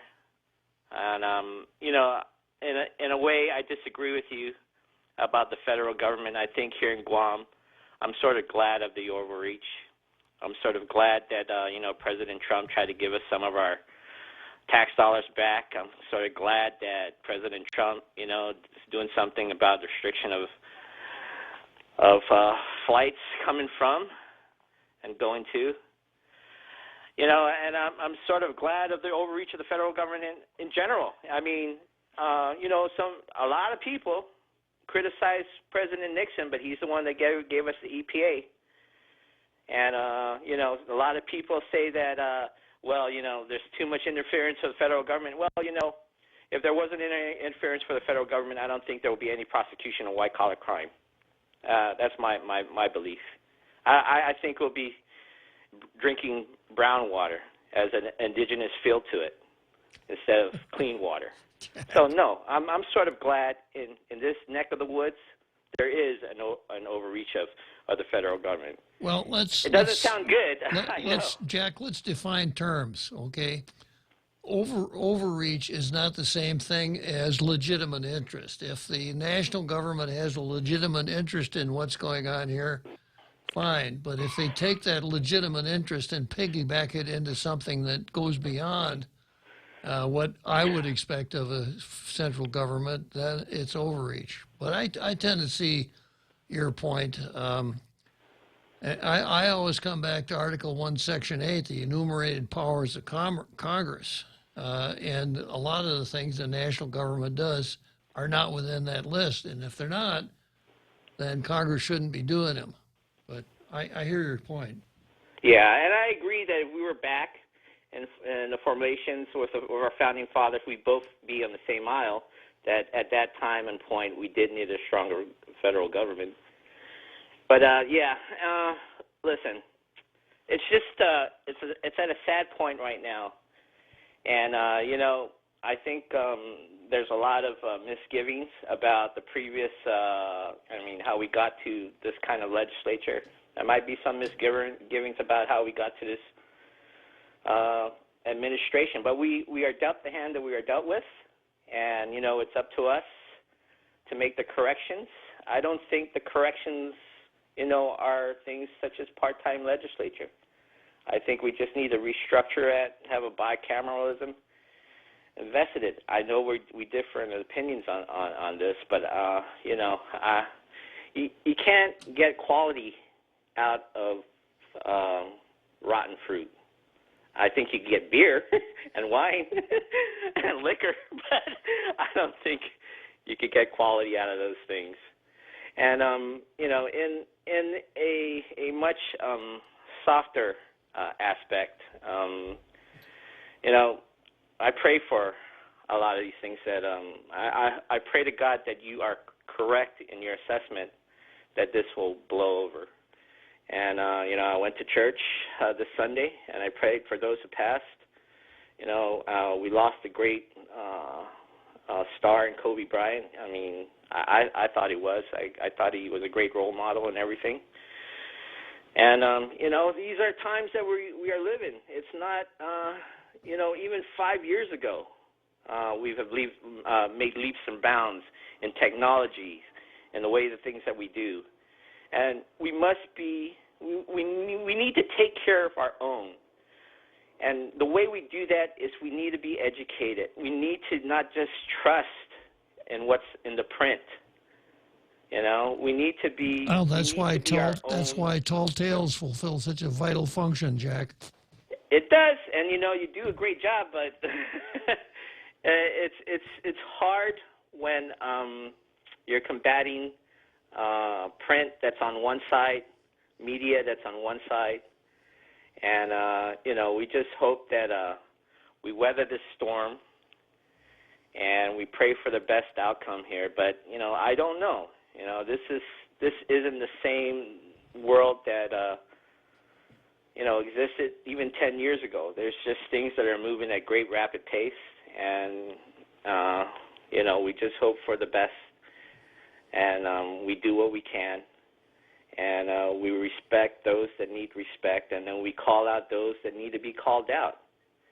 And in this point, when you have corrupted officials still holding office, and the ones that you elected, say, hey, the public thinks this way, and they're over there saying, nah, we need to make sure that, everything's copacetic within the internal mechanisms of things. I just have to say, let's just break the machine. But in most cases, it doesn't work out that way. And I just hope that, this stuff just blows over. Like you said, I agree with you. I hope that this just passes over. But I got a gut-wrenching feeling, that it's going to take a lot of hard work, both come what may, Jack, Tall Tales is still going to be here. So I want to thank you once again. So anyway, the weather's kind of rough, and so be careful driving home. And get well, because I could hear that you have something building up over there. Okay, will do. I'll see you on the other side. Very good. Thank you, Jack. Okay, so that was Jack, who oftentimes calls to tell me that I don't know Jack. And then, what happened to the next of kin? Maybe the next of kin is calling back. Okay, and then I've got another Joe on the line. Boy, it's on one. Uncle Bob. Yeah. Hey, you know what? I'm going to put you back on hold, okay? Another Joe?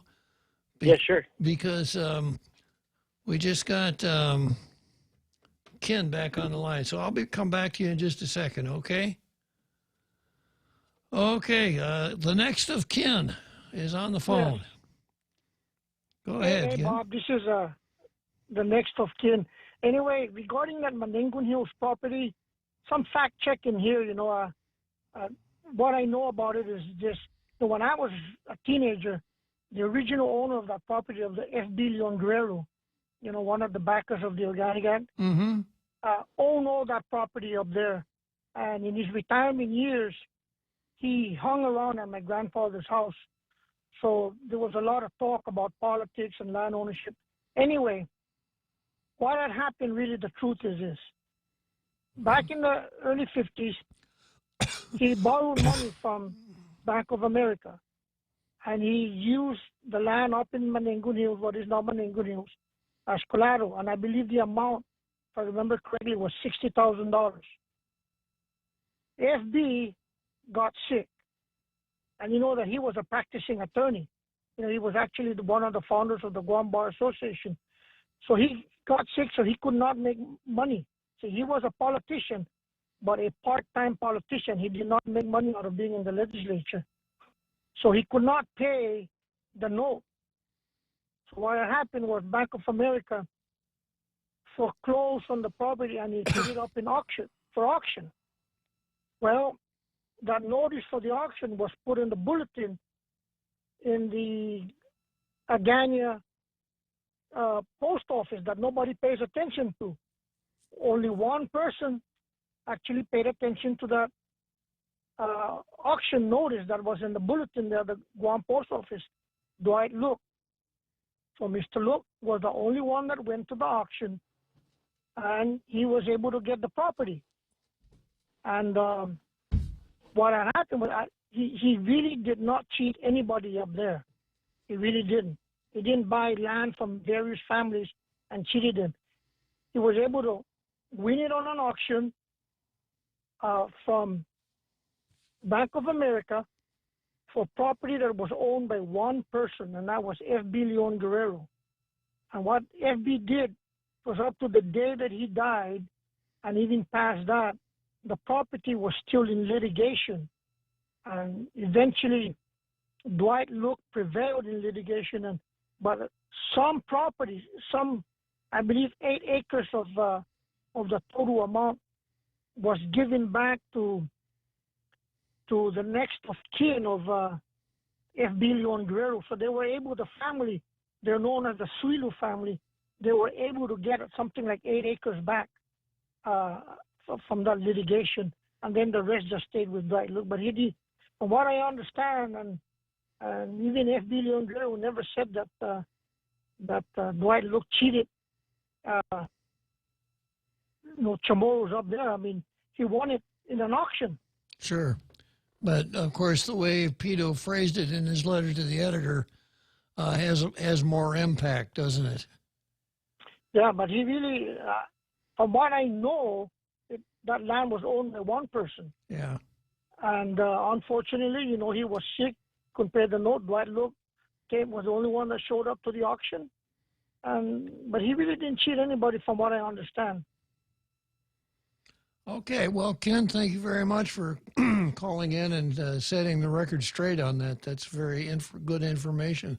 Thank you. It's actually part of history, Of course. Because even F. Leon Guerrero was one. He would talk to us about it at my grandfather's house about what happened to his land. But he was litigating the property up to the time he died, and even beyond that. Yeah. So. Okay, Ken, well, once again, thanks for setting the record straight on that. Thanks for calling Tall Tales, okay? Okay, thank you. Yeah. Okay, then we have another Joe. Good afternoon, another Joe. There, Bob. I saw this talk about breaking the bank or the government. You have to be careful because I think it takes a measured approach. If it ain't broke, don't try to fix it. But who knows for sure what's broke. But I think it has to be looked at through the eyes of a wise elder like yourself, there, Uncle Bob, a sage. But seriously, I think it's time to take a serious look and start. What do you say for the lowest hanging fruit? And one of those would be the compact impact. It just seems as though it's the most obvious because the numbers are so high.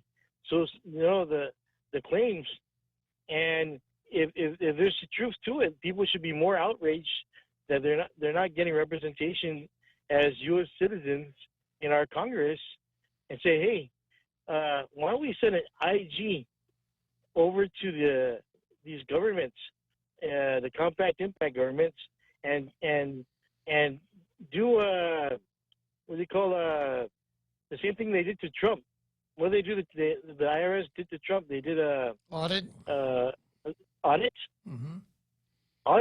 Audited of Trump for years before he ran for office, which encouraged him to stand up for himself and run for office. That's the impression I got from the documentaries. So here we are, right? And we're going on 30 plus years of this compact impact agreement where we don't have representation from our jurisdiction, direct representation from our jurisdiction to the different aspects of this diplomatic agreement between foreign nations and our federal government, and people aren't outraged. You're talking about how many hundreds of millions of dollars, if not already $1 billion, that our government has been giving to these governments in the compact impact because of their agreement. Uncle Bob, you think it's fair to have an IG go in and do that audit or assessment of these governments?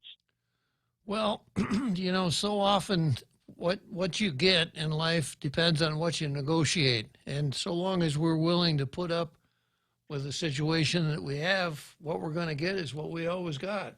I mentioned on more than one occasion that when the next negotiations began, our Washington representative should sit outside the building where the negotiations are to be held with a can of gasoline and a cigarette lighter.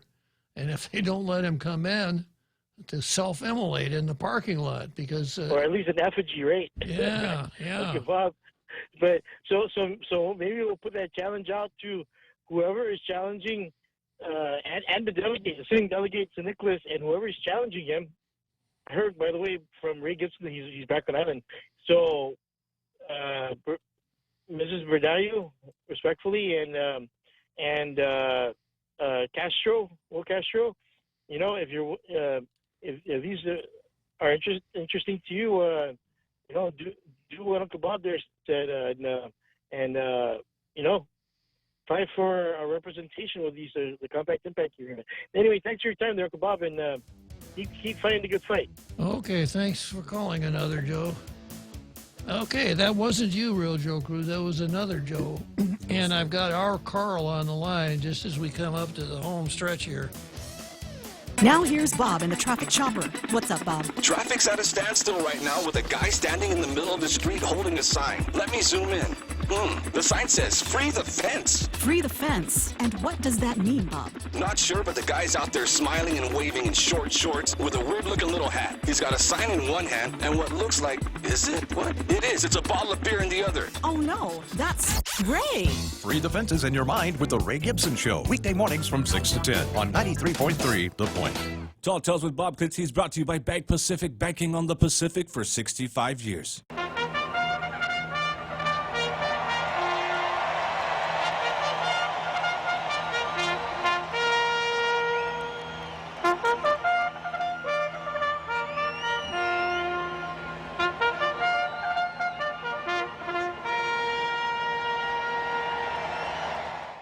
So here we are, Churchill Downs, Louisville, Kentucky. I'm sitting up in the grandstand. I watched the horses being herded into the starting gate, heard the call to the post, and who do I run into up in the grandstand but our Carl?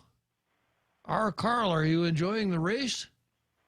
Oh, yeah, it's fantastic. So you saw me up in the stands waving wildly, trying to get your attention. Uh-huh. Well, here I am, our Carl. Yeah, I was wondering, Bob, maybe, and you can correct me if I'm wrong, but the compact doesn't only affect us. I mean, it is, I believe Hawaii is also feeling some repercussions. The difference being that they've got a bigger land area, they have more resources. But that is true, though, right? I mean, it affects the whole United States. That anyone from any one of the freely associated states can come to the United States as a habitual resident without a visa and basically stay as long as they want to. What about other territories? That it affect other territories? Can they freely travel between? There's a fair FAS population in the Northern Marianas. I doubt that you'd find any people from the FAS in the U.S. Virgin Islands or Puerto Rico because it's pretty far. But, you know, if you drive through Springfield, Arkansas, you see a lot of Micronesians there. They're attracted by the Tyson Chicken Factory. And there are a couple of other locations in the United States where a lot of cheap labor or low-skilled jobs are available, and these folks flock to those places. Yeah, I agree with you very much that we really should have representation in this particular issue because we're a small land area. We have a smaller population. We have less resources. So in our particular case, I think it's especially important that we have a say. But as far as the 50 states, did any of them have a say as far as, you know, especially Hawaii, since I think they're probably the next in line being affected? Well, the same say that any of the states have. They have 2 senators and representation in the House in accordance with their population, but there's no mechanism where a state can, quote, veto federal legislation, veto any part of that compact. And it's a treaty, so it's the supreme law of the land. So pretty much they didn't have any real say in it either then. No, but of course that doesn't sound as good as kind of the Pito Terlahi rant. They never asked the Chamorros whether we wanted people from the FSM or not. And you know, I know that Carl, there's another dimension here that nobody's talking about, and that is this: that I think we've got like 8,000 people from the FSM now, and there are more people from the FSM than there are Caucasian Americans, whiteys, here on the island. So as time goes on, those people, those habitual residents have children, and the children, of course, are U.S. citizens at birth. So within another maybe 20 years or so, they will become a political force. I don't think anybody has thought about that. There's probably a few that are looking into the future, thinking a little bit about it, though, the forward-thinking ones. Yeah. You've mentioned that one of the things we could do among many things, you know, like crafting a constitution like the other 50 states have done, and working to get more control of our labor laws, more control of our immigration laws. If we had been more proactive over the decades, more aggressive, and we did gain more control of our immigration laws, could we actually have been in a better place than the 50 states as far as immigration? I'd say yes, because the nice thing about being an unincorporated territory is that you're not bound by the same laws that apply to the 50 states. So there's room for a certain amount of creativity on the part of the national government. So we could have been in a better place. Yeah, the case could be made that, and especially in the case of the compact, that the repercussions affect us more because we're smaller, we have less land area and less resources. And closer. Yeah, exactly. So this is a natural magnet to draw the people who are migrating from that area. So we actually do bear some responsibility. Obviously, the United States does have its share. They can't, you can't do away with that. But we also, because of not being more aggressive, we also do bear some responsibility also.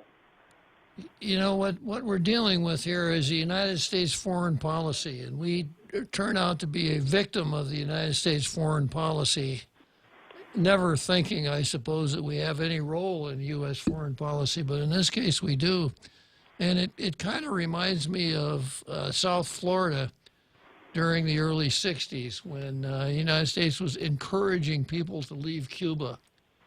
And if anyone left Cuba in some rickety boat and could put one foot on the shore, he was welcomed to the United States and given a green card. And the folks who lived in South Florida at the time, I had a cousin living down there, and he said, this is great. It's a great policy for the U.S. as far as Cuba is concerned, but all of the burden falls on South Florida. And no one is helping us with the burden. It's kind of the same type of deal, you know. Yeah, well, I hope Michael St. Nicholas, Delegate St. Nicholas, is more proactive. And it's nice to hear that we actually could, if we played our cards right, we could end up in a better position immigration-wise than the states. I kind of had a suspicion about that, but I appreciate you clarifying it. Okay, Carl. That's why it always pays listening to Tall Tales. You can never go wrong listening to Tall Tales. No, I agree. All right, I'll talk to you later. So long, Carl. Okay, well, that was our Carl, and see, I've got about, 3 minutes or so to go? Next item on the card is Nelson versus San Vitores Boulevard, but I won't have enough time to finish it, so I'm just going to peek at the card here and see at the Facebook. And Denise Legaspi is telling us that she called the game right this morning. So congratulations, Denise. And we got Rico Blancafor there. And, of course, our Carl asking about where the theme from Peter Gunn came from, or where the music came from. If it did come, if it was, in fact, the theme for Peter Gunn, it was. And then Eddie Cruz chimes in and says, maybe the executive staff members are smoking wacky tobacco. Nothing has been done to improve the public safety. Lord help us if we see a coronavirus outbreak. And that's exactly what we're going to need. Andre's here, and he said, Bob, I have an idea for your daily card. Independence groups versus the King of Spain.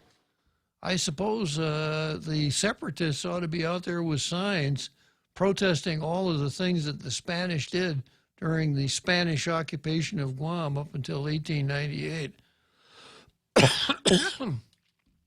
And Ishmael has a little poem I hope I can finish.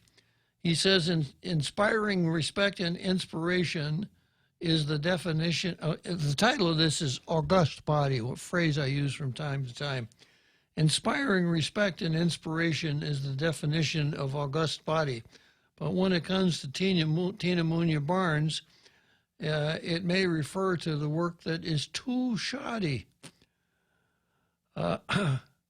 Or maybe she refers to the summer month, a wrong utilization of the phrase, for august body has nothing to do with how much someone weighs. So when trying to utilize words or phrases which promote inspiration, I recommend you use common English because your body inspires hibernation. Somebody was paying attention to the vocabulary lesson today, Real Joe Cruz. Okay, here we are with Ravel's Bolero to wrap up another exciting, interesting, educational episode of Tall Tales. And the Real Joe Cruz and I will be back tomorrow for more Tall Tales. See you then.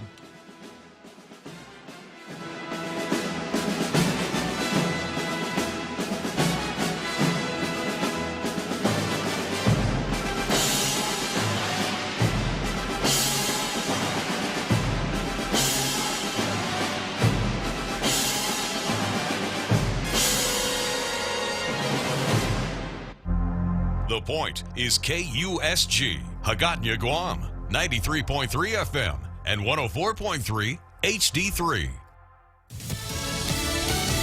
He finally gets one. I'm Paul Stevens, Fox News. Sunday night Super Bowl win, a long time coming for a veteran coach. Andy Reid